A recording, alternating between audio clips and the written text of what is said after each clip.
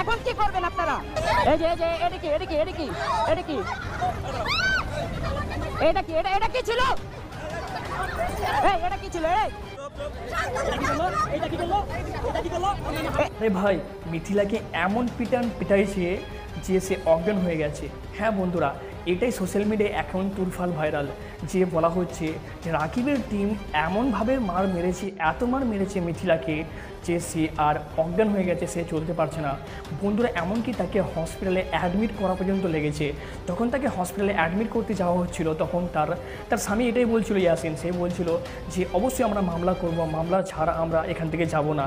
এবং সে বলছিল যে আমার যে টাকা সেটা দিয়ে দিতে হবে। আমরা সবাই জানি যে বাংলাদেশের সবচেয়ে বড় কন্টেন্ট ক্রিয়েটার এখন 1 নম্বরে যিনি আসেন তিনি হচ্ছেন রাকিব।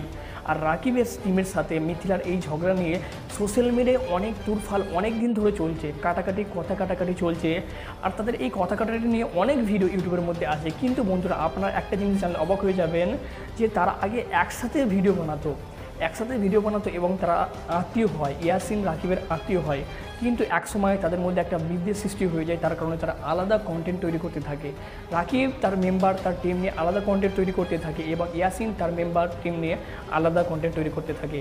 কিন্তু কালকে যে ঘটনা ঘটলো, সে ঘটনাটি এত বাড়াবাড়ি হয়ে গেছিলো। তখন রাত্রিবেলায় যখন মারামারি হচ্ছিল, মিথিলাকে যখন দুমদাম করে মারছিল, তখন ওখানে অনেক ভিড় জমে গিয়েছিল, অনেক মানুষ জড়ো হয়ে গিয়েছিল। সবাই এটাই বলছিল যে থামাও। বন্ধুরা, এমনকি সেখানে সময় টিভির রিপোর্টার পর্যন্তও চলে গিয়েছিল।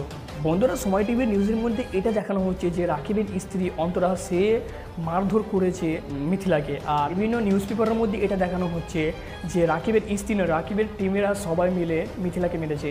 কিন্তু বন্ধুরা, যেটা সময় টিভির কমেন্টের মধ্যে যেটা দেখা যাচ্ছে, ভিডিওর কমেন্টের মধ্যে, সেখানে সবাই মিলে দোষ একমাত্র মিথিলাকেই দিচ্ছে।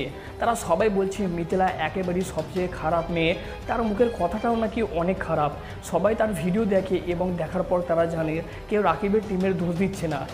কিন্তু বন্ধুরা, সবাই এটাই বলছে দোষ অনেক মিথিলার, সবার মুখে একটাই কথা, মিথিলার দোষ। যেহেতু দর্শকরা সবাই ভালোভাবেই জানতো যে সে কিভাবে আচরণ করতো সবার সামনে, সে কেমন কি আচরণ করেছে দর্শকদের সামনে, সবাই এটা জানতো। কিন্তু বন্ধুরা, ভিডিওর মধ্যে এটাও দেখা গেছে যে ইয়াসিন তখন বলছিল যে আমরা মামলা করব, মামলা করে তবে আমরা বাড়ি যাব। কিন্তু এখানে মিথিলার দোষ সবচেয়ে বেশি না এখানে রাকিবের টিমের দোষ সবচেয়ে বেশি? বন্ধুরা, আপনাদের মতামত অবশ্যই আপনারা কমেন্টে জানিয়ে দেবেন। আর এটা আমরা কখনো আশা করি না এত বড় বড় ইউটিউবারদের কাছ থেকে যে তারা প্রকাশ্যে মারামারি করবে, তাদের থেকে আমরা এটা কেউই আশা করি না। বন্ধুরা, ভিডিওটি আপনাদের কি মতামত অবশ্যই কমেন্টে জানিয়ে দেবেন। এবং মিথিলাকে মারা কি ঠিক হয়েছে এটাও আপনারা অবশ্যই কমেন্টে জানিয়ে দেবেন। ভিডিওতে একটা লাইক করে দিন। ধন্যবাদ, ভালো থাকেন, সুস্থ থাকেন, নিজেদের খেয়াল রাখবেন।